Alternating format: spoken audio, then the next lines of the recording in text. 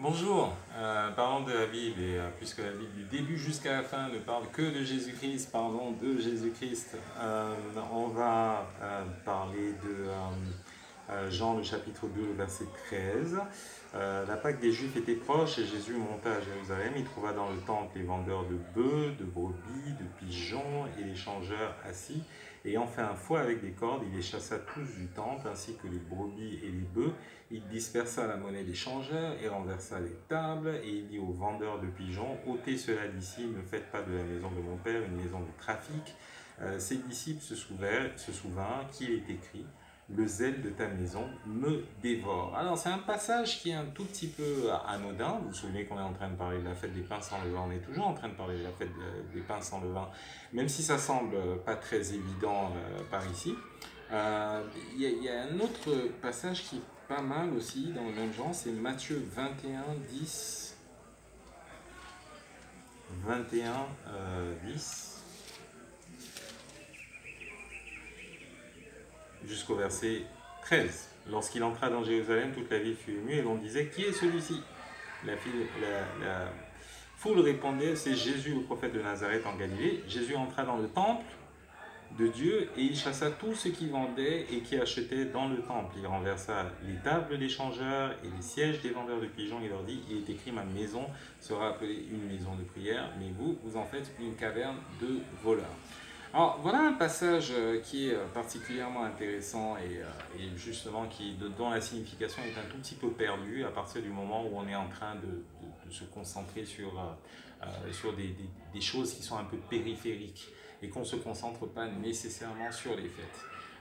Alors pourquoi en parler lorsque on est en train de parler des pains sans levain? Tout simplement parce que dans l'épisode précédent, vous vous souvenez que dans les familles juives, en fait, ce qu'on est en train de faire, c'est qu'on cherche le levain avant la Pâque, qu'on est en train de nettoyer de fond en comble avant la Pâque, et que la Pâque est intimement liée à la fête des pains sans levain. Donc une fois que la Pâque est terminée, le 14, le 15, on enchaîne avec la fête des pains sans levain pendant une semaine. Donc c'est très très très important. Donc à partir du moment où on voit Jésus-Christ qui est en train de nettoyer le temple, on ne peut pas dissocier ça du nettoyage qui est en train de se passer lors de la fête des pains sans levain ou en prévision du festival des pains sans levain que sont en train de faire les Juifs lorsqu'ils sont ici. Les deux choses sont liées, c'est la même chose. Il est venu et puis il est en train de nettoyer le temple. À quel moment le fait-il dans Matthieu 21? C'est avant sa crucifixion qui a eu lieu à la Pâque. Et à quel moment le fait-il dans Jean 2? Il le fait, je vais vous le relire, mais vous avez probablement fait attention.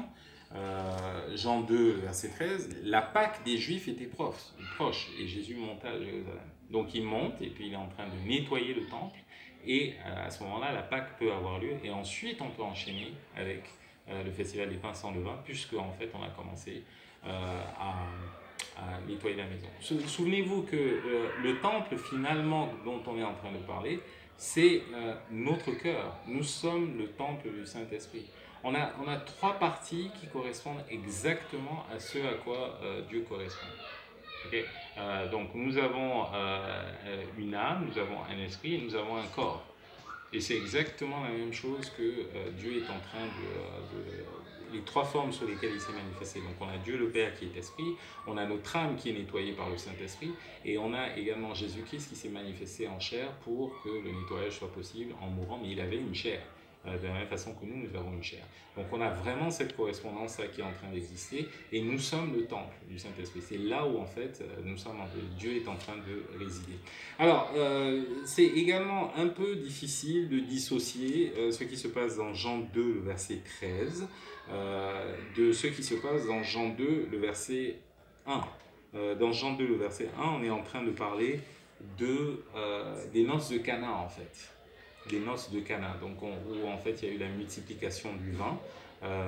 Donc en fait Jésus-Christ qui arrive, qui est en train de multiplier le vin, et lui il est en train de faire en sorte que cette relation qu'il est en train d'établir avec son Église, avec sa promise, est en fait son élu, est en fait un mariage qui soit une relation intime. Mais pour que cette relation intime puisse avoir lieu, la première étape, c'est d'abord de nettoyer le cœur de cette élue avec laquelle il sera uni. Donc ça, c'est vraiment, vraiment très, très important. Jésus-Christ qui voit dans un premier temps la relation qu'il est en train d'établir comme une relation intime. Et qu'est-ce que ça veut dire une relation intime? Une relation intime, ça veut dire une relation dans laquelle tous vos défauts ne sont pas cachés à la personne avec laquelle vous êtes. C'est ça que ça veut dire. Donc, vous n'êtes pas en train de vous cacher, vous n'êtes pas en train de dissimuler des choses, vous savez toutes choses. Enfin, la personne qui est en face de vous sait toutes choses en ce qui vous concerne.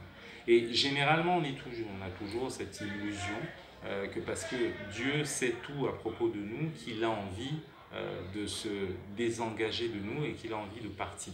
La réalité, c'est que parce qu'il sait toutes choses à notre sujet, c'est pour cette raison qu'il a envoyé Jésus-Christ. Pour que Jésus-Christ puisse faire du nettoyage. Donc ça, c'est vraiment, vraiment un point particulièrement important.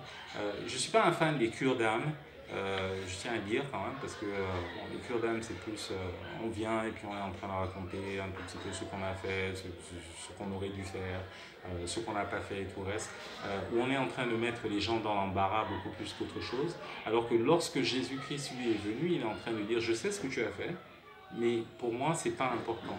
C'est justement à cause de ce que tu as fait que moi, je suis en train de venir. Dans cet échange que nous avons, nous contribuons les péchés et Jésus-Christ contribue la justice. D'accord? Donc ça, c'est vraiment, vraiment très, très important que nous comprenions ça, que Jésus-Christ est venu pour faire en sorte qu'il y ait un mariage.